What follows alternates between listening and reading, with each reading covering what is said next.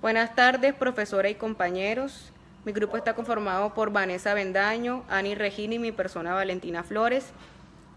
Hacemos parte de la Universidad de Córdoba del programa de enfermería y hoy les venimos a hablar acerca de la cadena transportadora de electrones y la fosforilación oxidativa. A continuación yo les voy a explicar acerca de los aspectos generales de estos dos temas. Primero que todo les voy a hablar sobre las cadenas transportadoras de electrones. Estas son unas cadenas o una serie de transportadores de electrones que se encuentran en la membrana interna de las bacterias, en la membrana interna mitocondrial o en las membranas tilacoidales.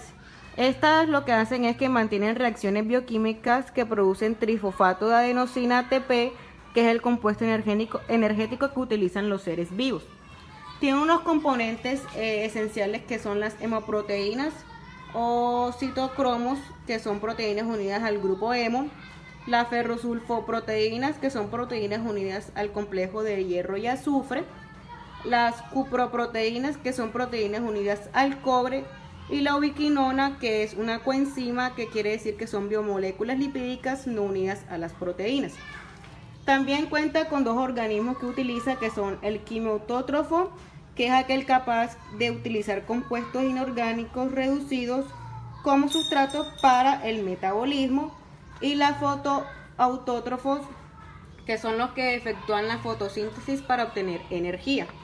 También tenemos que tener en cuenta que se utilizan estas dos reacciones para la producción de ATP, que se les conoce como el nombre de quimiautótrofos, mientras los que utilizan la luz solar para el evento se les conoce como nombre de fotoautótrofos.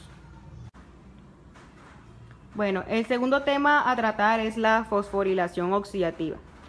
Primero que todo hay que tener en cuenta que esta en las células se produce en las membranas biológicas. Es el proceso por el que se forma ATP como resultado de la transferencia de los electrones desde el NADH.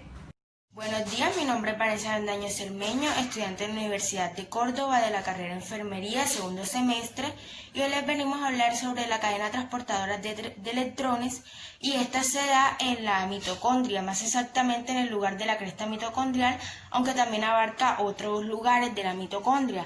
Ahora les pondré una imagen para que observen cuáles son las partes de la mitocondria y en dónde se va a dar esta cadena transportadora de electrones. Aquí podemos observar la mitocondria y sus partes. Las partes que utilizaremos son las que aparecen aquí: matriz mitocondrial, cresta mitocondrial, membrana externa mitocondrial, espacio intermembranoso y la membrana interna mitocondrial, como podemos observar en la imagen. Como podemos ver, yo les voy a explicar la cadena transportadora de electrones que se da en las crestas mitocondriales. Ahora les voy a explicar el proceso de la cadena transportadora de electrones mediante una maqueta. Bueno, yo les vengo a hablar sobre la cadena transportadora de electrones que se da en la fosforilación oxidativa. Entonces, aquí podemos encontrar la membrana externa, aquí el espacio intramembranoso, aquí la cresta mitocondrial, donde se da especialmente la cadena transportadora de electrones, y aquí vamos a encontrar la matriz. Entonces, ¿por qué se llama cadena transportadora de electrones? Esto es porque son un conjunto de moléculas que están en forma de cadena, como podemos observar y que entenderemos más adelante. Entonces, estas tienen como objetivo, como su nombre lo indica, transportar electrones. Esta cadena se encuentra en la cresta mitocondrial, como ya les dije, y existen complejos que están en forma de cadenas, como ya lo dije, y estos complejos van del 1 al 5. Entonces, el complejo 1 se llama NAD deshidrogenasa y está integrado por la flavoproteína y por el complejo hierro y azufre. Entonces, el complejo 2 es la enzima succinato deshidrogenasa. El complejo 3 está formado por el citocroma B, por el citocroma, el C1, y también por el complejo hierro y azufre. El El complejo 4 está formado por el citocroma A1, el citocroma A3 y por el complejo cobre. Y este es el complejo 5 que está formado por la partícula F, que también es llamada ATP sintasa, que en realidad es una enzima. Y esta partícula tiene dos opciones, que es la F0 y la F1. Bueno, entonces lo que hay que hacer es que los hidrogeniones, hay que existir mayor hidrogeniones en el espacio intermembranoso para aumentar el gradiente electroquímico y que los hidrógenos regresen violentamente y estos puedan generar ATP. Yo sé que ahora no me están entendiendo, pero ya van a ver. Entonces, ¿qué va a ocurrir? Aquí, entonces, el NAD va a ser reducido. Y al ser reducido, lo que va a pasar es que va a ceder sus electrones a las flavoproteínas. Y esta se lo va a ceder al compuesto hierro y azufre y así. Pero ¿qué es lo que va a pasar? Los protones son dejados en la matriz. Cuando los electrones comienzan a subir, estos van a atraer a los hidrógenos. Es decir, vamos como a engañar para que a medida que pasen los electrones también puedan pasar los protones. Pero ¿qué va a ocurrir? Que los electrones van a pasar de un lado a otro y en cambio los hidrógenos van a pasar de la matriz al espacio intermembranoso. Entonces aquí van a pasar 4 protones. Entonces mientras que el NAD se dio sus protones a la flavoproteína y la flavoproteína se los pasó a la enzima hierro y azufre, estos protones van a subir al espacio intermembranoso. Entonces, aquí van 4 hidrogeniones hacia el espacio intermembranoso. Entonces, los electrones que son transportados por la coenzima Q van a pasar al complejo 3, porque de aquí pasan a la coenzima Q y ahora van a ser transportados al complejo 3. Y a medida que se va dando también el transporte de electrones, 4 electrones van a ir subiendo al espacio intermembranoso. Entonces, ¿cómo se va a dar el paso de electrones aquí? Cuando se dio este paso ya subieron los 4 electrones y ahora les voy a explicar cómo subieron. Entonces, los electrones, como les venía diciendo, van a pasar por el citocromo B y luego al C1 y luego al complejo hierro-azufre. Pero cuando van a pasar al complejo 4, ellos son transportados por un carrito llamado citocroma C. Y esto los transporta hacia el complejo 4. Y luego aquí los electrones van a pasar al citocroma A1, A3 y al complejo cobre. Pero ¿qué va a pasar cuando están pasando al complejo cobre? Solamente van a salvar 2 protones, 2 hidrogeniones. Entonces, ¿qué es lo que ocurre aquí? Entonces, aquí van a quedar 2 electrones, ¿verdad? Entonces, estos 2 electrones son aceptados por el oxígeno. Y el oxígeno también va a aceptar los 2 protones que quedaron. Y esto va a dar el resultado de la molécula de agua. Entonces, podemos entender que la respiración aeróbica, el oxígeno va a intervenir y va a ser como ese sector final de los electrones y los protones que quedaron para formar la molécula de agua. Entonces tú me vas a preguntar, ¿pero para qué se dio esto? ¿Para qué pasaron los hidrogeniones aquí en el espacio intermembranoso? ¿Y qué pasa? Es que para que esto se hace con el fin de aumentar el gradiente electroquímico. O sea que el objetivo que tiene la cadena de electrones es aumentar el gradiente electroquímico de hidrogeniones y para eso es importante que se bombeen los electrones desde la matriz hacia el espacio intermembranoso. Entonces, ahora en este espacio intermembranoso hay mucho más hidrogeniones que en la matriz. Entonces, los hidrogeniones van a regresar y tú me vas a decir, ¿y el complejo 5 para qué sirve? Bueno, ahora te lo voy a explicar. Entonces, ¿ahora qué va a pasar? estos hidrogeniones van a regresar por el complejo 5. Tú me vas a preguntar, ¿qué pasó en el complejo 5 que no lo había tocado? Entonces, estos hidrogeniones van a pasar por medio del complejo 5, moviendo unas aspas de la enzima ATP sintasa. Y esto lo que va a provocar es la fosforilación del ADP, que es lo que genera ATP. Entonces, sí vamos a generar ATP. Entonces, gracias a la reducción del NADH2, que lo tuvimos acá, que gracias a esto se cedieron los electrones y se pudo dar este transporte de electrones. Entonces, gracias a esto, ¿qué va a pasar? Se generó 2.5 ATP. Y tú me vas a preguntar por qué 2.5 ATP, ¿cómo yo sé eso? Entonces, por cada 4 protones se va a generar un ATP. Entonces, aquí pasaron 4 protones por aquí, van a pasar estos 4 protones por aquí, y lo que se va a generar son 2 ATP. Lo mismo esto, un ATP, perdón. Lo mismo esto, aquí ya serían 2 ATP. Y este 2, como es la mitad de 4, entonces la mitad de 1 es 0.5. Entonces se va a generar 2.5 ATP gracias al NADH2. Ahora entonces vamos a hablar sobre el complejo 2, porque tú vas a decir, oye, me hablaste de todo pero no tocaste el 2, y es verdad.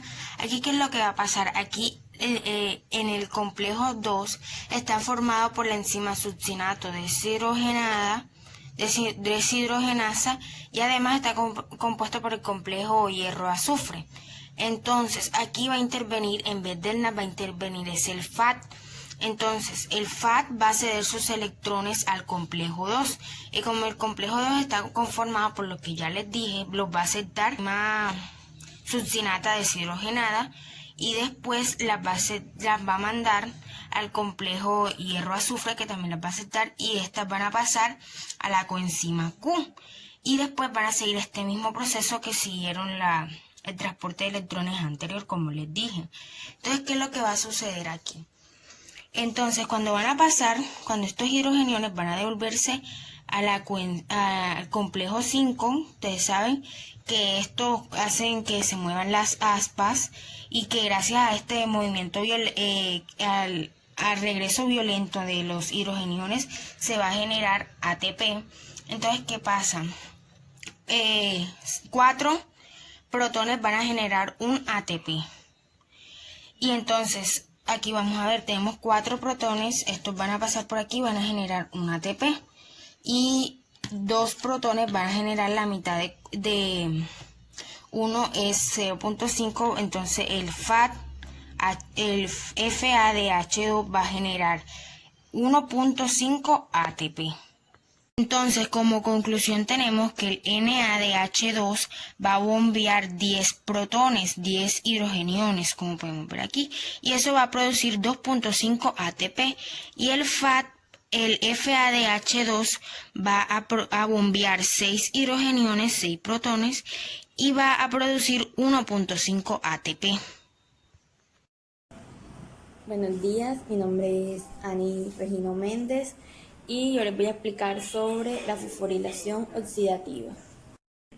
Bueno, primero que todo debemos recordar que estamos hablando de un proceso que ocurre en la mitocondria, que tiene una membrana mitocondrial externa y una membrana mitocondrial interna, o cresta mitocondrial, que es altamente plegada. Entre estas dos está el espacio intermembrana, y por debajo de la cresta mitocondrial se encuentra la matriz mitocondrial. Entonces, también es importante recordar que teníamos citocromos, que hacían parte de la cadena de transporte de electrones, y que alguno de estos citocromos se asociaba con las proteínas canales o proteínas transmembranas, formando estos complejos 1, 2 y 3. Después, otra proteína también teníamos transmembrana, era la ATP sintetasa, cuya subunidad F0 está medida en la membrana mitocondrial interna, y su subunidad F1 mira hacia la matriz mitocondrial. Para terminar en esta introducción, fíjense que tenemos un gradiente positivo de protones de hidrógeno en en el espacio intermembranal, o sea que hay mucha mayor concentración de protones en el espacio intermembranal que en la matriz mitocondrial. Recuerden que en el seminario anterior se había estado produciendo durante todo el proceso de degradación de la glucosa NAD y FAT reducidos y ATP. Por tanto, en la glucólisis, como en la descarboxilación oxidativa o en la oxidación del piruvato y el ciclo de Krebs, producimos estos tres intermediarios. Los ATP que fuimos produciendo ya están, son ATP, ya los tenemos, pero también recuerden que el proceso se llamaba fosforilación a nivel del sustrato. Sin embargo, nos quedamos con NAD y FAT y esto también lo podemos cambiar a ATP y este es el proceso por el cual va a ocurrir este fenómeno. Nosotros tenemos NAD reducido. Este NAD lo que va a ocurrir es que en la matriz mitocondrial se va a oxidar, liberando protones de hidrógeno y protones de electrones. Cuando esto ocurra, los electrones van a ser capturados por el mononucleótido de flavina. Recuerden que en la cadena de transporte de electrones, este es el que tenía un nivel de energía mayor. El resto de los citocromos se van disponiendo a niveles energéticos cada vez inferiores. Acepta el electrón, el mononucleótido de flavina pasa a un nivel energético más bajo a la coenzima Q. Cuando ocurre esto, la diferencia de energía la libero. ¿Para qué la libero? Para mover protones en contra de su gradiente de concentración a través de su canal. Entonces, este electrón viaja al citocromo B y al citocromo C. De vuelta libero energía cada vez que va cayendo este electrón en la cadena de transporte. Entonces, bombeo protones en contra de su gradiente de concentración y me voy hasta el último complejo. Entonces, el electrón cae aquí y entonces bombeo los protones en contra de su gradiente de concentración, que ya lo bombeé acá. Entonces observa que el transporte terminal de electrones tiene como objetivo liberar energía para mover protones de hidrógeno en contra de su gradiente de concentración y aumentar aún más la diferencia de concentración de protones en el espacio intermembranal. Bueno, ahora tengo que ver qué hago con ese electrón, porque no es posible dejar el electrón suelto en la matriz mitocondrial porque genera un lío muy importante en las células. Entonces, si resulta que yo tengo 2 protones de hidrógeno y tengo 2 electrones, en consecuencia tengo dos hidrógenos. Y a los 2 hidrógenos que yo ya tengo, pues le sumo medio oxígeno, que es este oxígeno. Resulta que voy a obtener agua. Esto es importante porque todo lo que hemos hablado de la respiración mitocondrial requiere oxígeno. Es en este punto donde el oxígeno viene a participar. Es el aceptar final de los electrones que venían viajando que venían viajando de acá para formar agua. Hasta acá el transporte de electrones, pero resulta que en este transporte está asociado y acoplado a formación de ATP en la ATP sintetasa, porque todo el gradiente positivo Carmen de protones de hidrógeno acá, yo lo voy a disipar acá a través de la ATP sintetasa. Entonces, la subunidad F0 funciona como un canal de protones. Entonces pasa el protón acá. Ahora, a favor de su gradiente de concentración. Al ocurrir esto, libero energía que está acumulada en el gradiente de protones y utilizo esa energía para que la subunidad F1 utilice ADP para fosforilarlo y producir ATP. Entonces lo que estoy haciendo es transformar energía asociada a un potencial electroquímico en energía biológicamente útil a partir de esta enzima. Esto entonces se conoce como fosforilación oxidativa, acoplado al transporte terminal de electrones.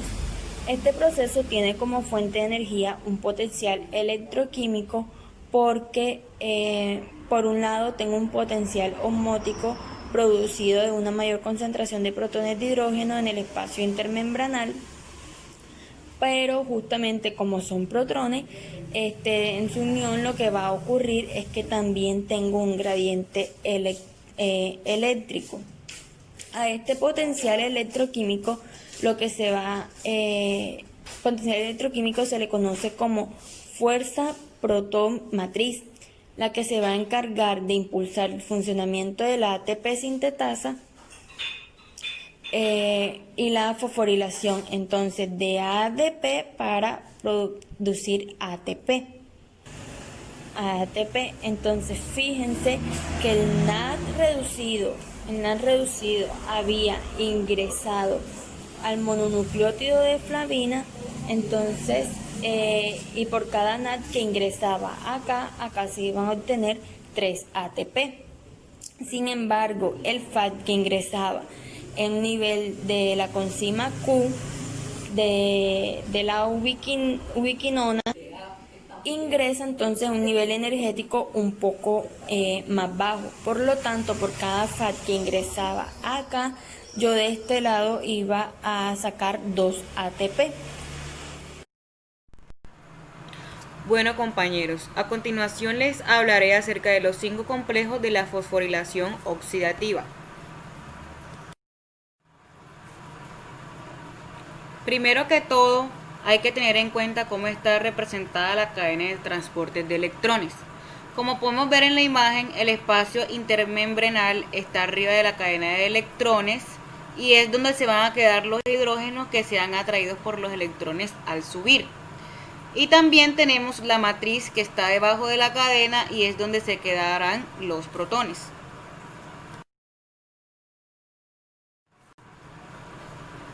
El primer complejo se llama NADH ubiquinona oxidorreductasa. El primer complejo proteico en la cadena de transporte de electrones es uno de los ensamblajes enzimáticos de membrana de mayor tamaño y el mayor de la cadena respiratoria. Entonces, lo que ocurre aquí es que la reacción del NADH le cede a la proteína electrones, luego esta se lo va a ceder al complejo hierro-azufre como lo podemos ver en la imagen y esta se lo va a pasar a la coenzima Q ubiquinona. Posteriormente se dejan los protones en la matriz y los hidrógenos suben al espacio de la intermembrana, como vemos el H más arriba, porque ellos son atraídos al momento en que los electrones se van cediendo hacia el segundo complejo.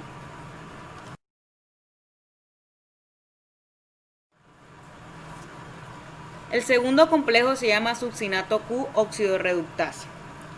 Esta enzima, succinato Q oxidorreductasa, es el segundo punto de entrada en la cadena de transporte de electrones. Consiste en 4 subunidades de proteínas y contiene unida como cofactor la flavin adenin dinocluteóido FAD, como lo vemos en la imagen, centro de hierro azufre y un grupo hemo. Estos no participan en la transferencia de electrones hacia la enzima Q, pero se cree que es importante en disminuir la producción de especies reactivas del oxígeno, ya que oxida el succinato a fumarato y reduce la ubiquinona. Debido a que esta reacción libera menos energía que la oxidación de NADH, el complejo 2 no transporta electrones a través de la membrana y no contribuye a la gradiente de protones. El tercer complejo es la Q-citrocromo C oxidorreductasa. Cuando se pasan los electrones al complejo 3, estos se unen a los citocromos y luego al complejo hierro-azufre. Entonces, lo que pasa es que se atraen nuevamente otros hidrógenos y estos subirán hacia el espacio intermembrana. De ahí los electrones serán transportados por un carrito cromo C que llega al complejo 4.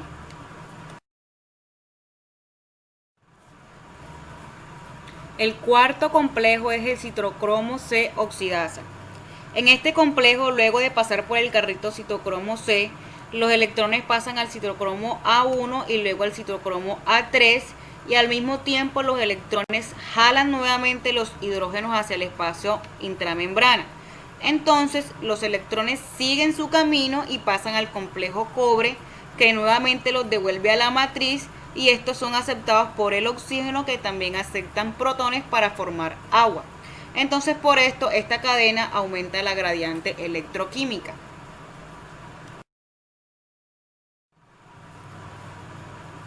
Por último, el número 5 es el ATP sintasa. Es la enzima final del proceso de la fosforilación oxidativa, en la cual los hidrógenos que estaban en el espacio intermembrana, como lo ven en la imagen, regresan violentamente y mueven las aspas de las enzimas ATP, provocando la fosforilación del ADP, que nos va a generar el ATP.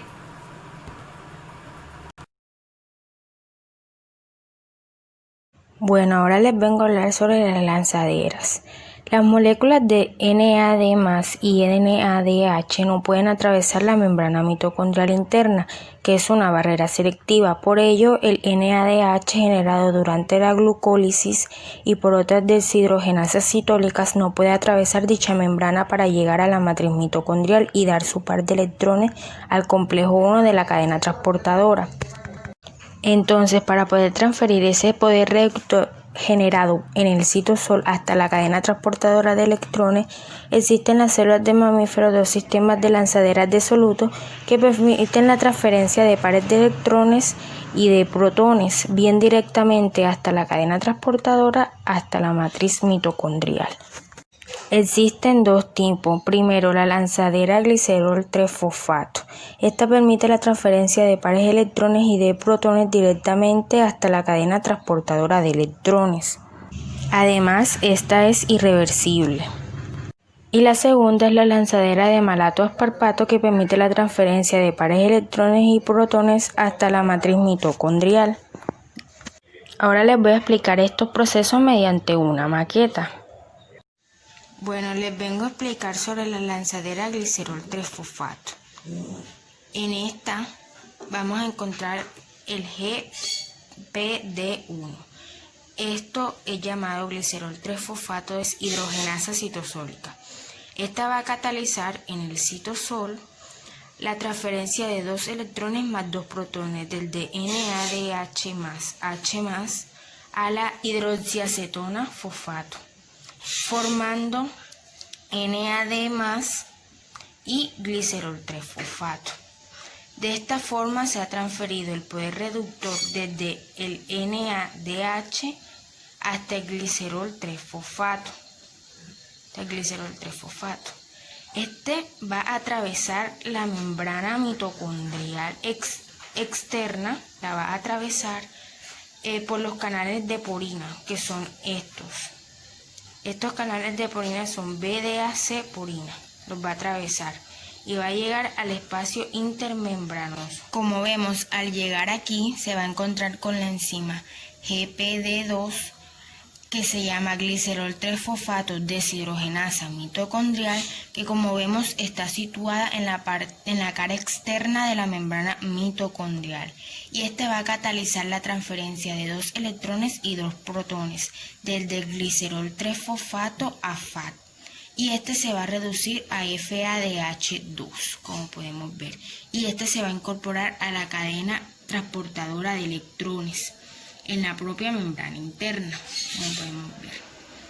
Entonces, el glicerol 3-fosfato, al donar los 2 átomos de hidrógenos, este se va a convertir en dihidroxiacetona fosfato. De esta forma se produjo la transferencia de 2 electrones y 2 protones desde el NADH más H+ en el citosol hasta el FAT, que se reduce hasta el FAD en la membrana mitocondrial interna, como podemos ver. Mientras que el dihidroxiacetona fosfato puede regresar a través de los canales de porina, como pueden ver, hacia el citosol otra vez. Entonces, con el balance energético, se puede decir que la molécula del FADH2, esta molécula, proporcionará al nivel de la cadena transportadora de electrones la fuerza protomotriz necesaria para la síntesis de dos moléculas de ATP en el complejo 5, como se lo expliqué en la cadena transportadora de electrones. Entonces, esta lanzadera de glicerol 3-fosfato de los dos sistemas de lanzadera, este es la irreversible. Es decir, que este es un mecanismo que permite trasladar pares de electrones y protones desde el citosol a la cadena transportadora de la membrana mitocondrial interna, pero no permite realizar el proceso en dirección contraria, es decir, desde la cadena transportadora de electrones hasta el citosol.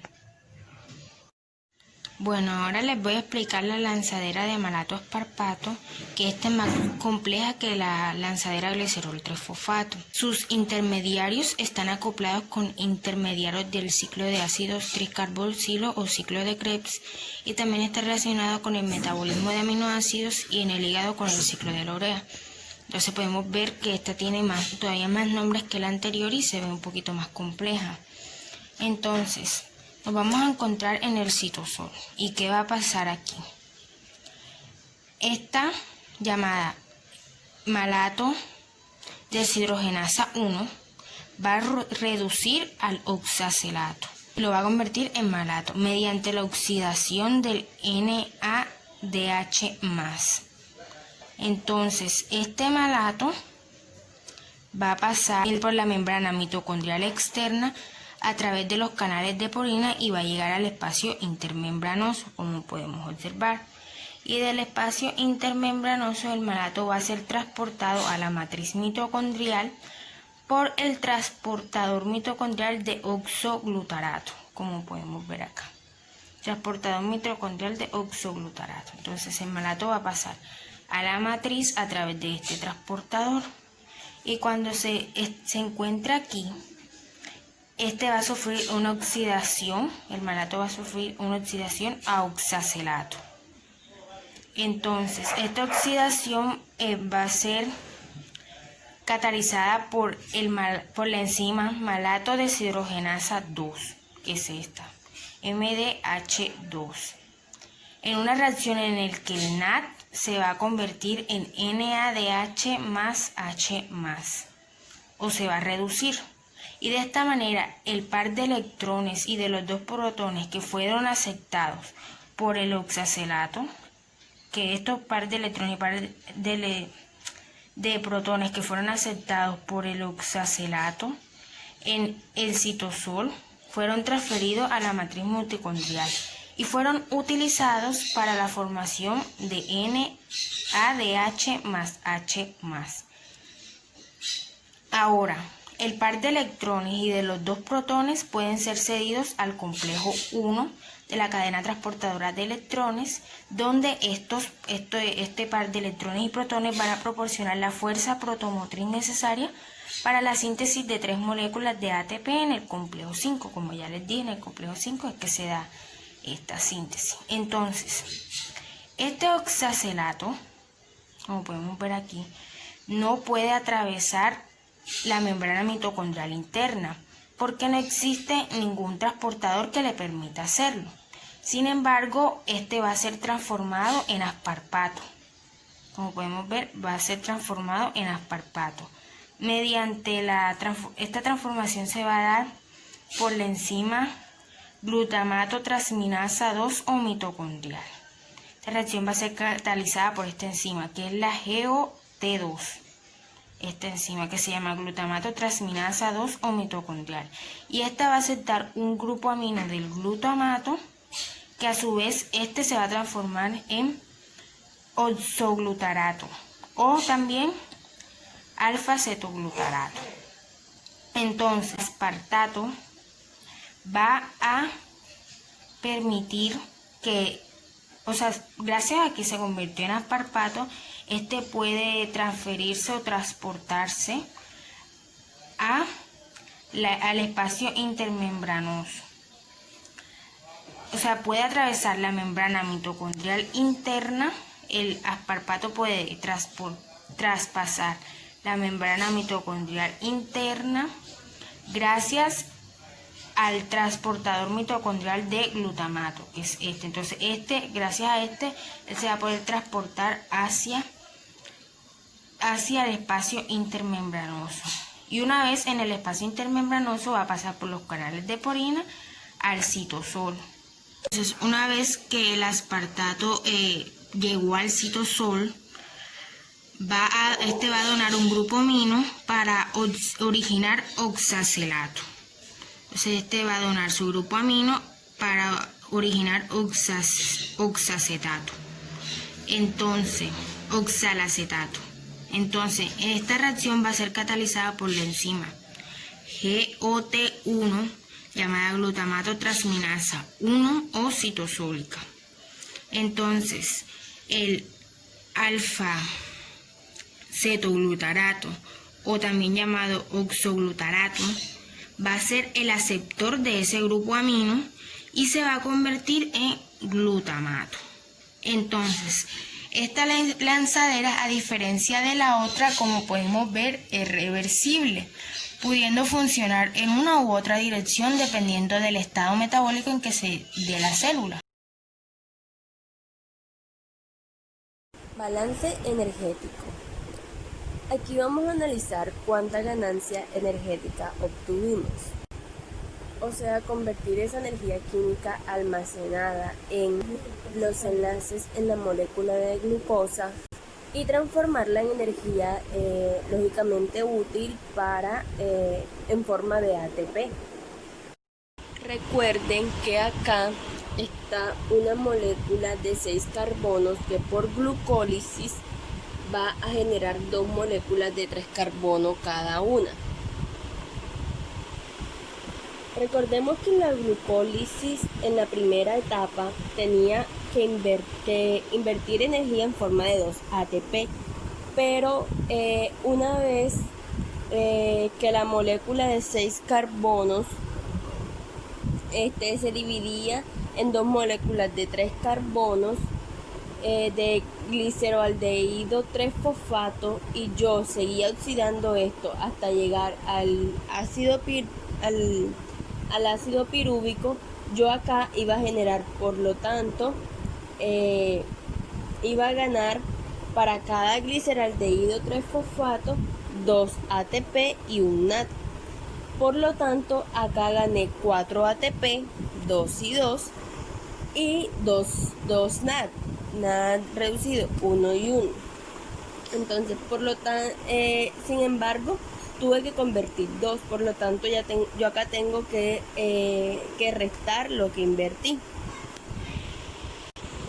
Entonces, mi ganancia neta de la glucólisis son 2 ATP y 2 NAD reducidos. Y me quedé con 2 ácidos pirúvicos. Ahora, ¿qué pasa con el ácido pirúvico? Si la molécula reconocía que había oxígeno, lo que iba a hacer este ácido pirúvico era difundir al interno de la matriz mitocondrial y ahí seguir oxidándose. En este camino yo produzco por cada ácido pirúvico y un NAD. Sin embargo, para metabolizar la glucosa completa, yo voy a oxidar entonces 2 ácidos pirúvicos. Por lo tanto, mi balance final son 2 NAD y finalmente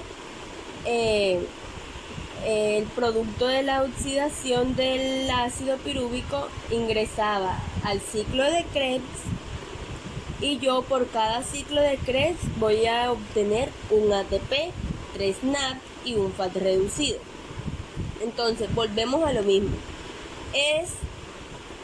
Eso es por cada por cada ciclo de Krebs, pero para metabolizar la molécula completa de 6 carbonos de glucosa, yo necesito 2 ciclos de Krebs. Por lo tanto, mi ganancia neta de la molécula completa de glucosa va a ser 2 ATP más 6 NAD reducido más 2 FAT reducido. Como de costumbre, los ATP que ya se generaron por fosforilación a nivel del sustrato ya los ganamos. Ahora, yo puedo convertir por medio de transporte terminal de electrones acoplado a la fosforilación oxidativa los NAD y los FAT reducidos en más ATP, porque recordemos que por cada NAD que ingresaba a la cadena de transporte de electrones, yo obtenía 3 ATP, y por cada FAT que ingresaban a la misma cadena, yo obtenía 2 ATP. Por lo tanto, entonces, 3, que son los que obtenía, 3 por 2 es igual a 6 ATP. 6 por 3 por 2 NAD es igual a 6 ATP, más los 2 que ya tenía por fosforilación al nivel del sustrato. Entonces acá 3 por 2 NAD reducido es igual a 6 ATP, más estos 2 que ya tenía que ya yo tenía ganados, estos 6 NAD en la cadena de transporte y en la fosforilación oxidativa los convierto en 18 ATP. Y estos 2 FAT los convierto en 4 ATP. Por lo tanto, mi balance total es de 38 ATP. Bueno, en algunas biografías vamos a encontrar que el balance energético final es de 36 ATP. Lo que pasa es que en estas biografías se plantea que hay otras inversiones de energía, por eso en vez de 38 ATP ponen 36. Pero nosotros en este caso nos vamos a quedar con 38 ATP. Bueno, ya para terminar, para finalizar, quiero que les quede claro si lo que están analizando es la ganancia por un ciclo de Krebs, por una oxidación al nivel, una oxidación del piruvato, o si están analizando la ganancia de la molécula completa, la molécula completa de glucosa, porque ya al partirse en dos de la glucólisis de ese punto para abajo, pues todo el proceso se tiene que multiplicar por 2. Entonces, sin embargo, cambian los números dependiendo cuál sea pues ya el análisis que yo estoy haciendo. Gracias.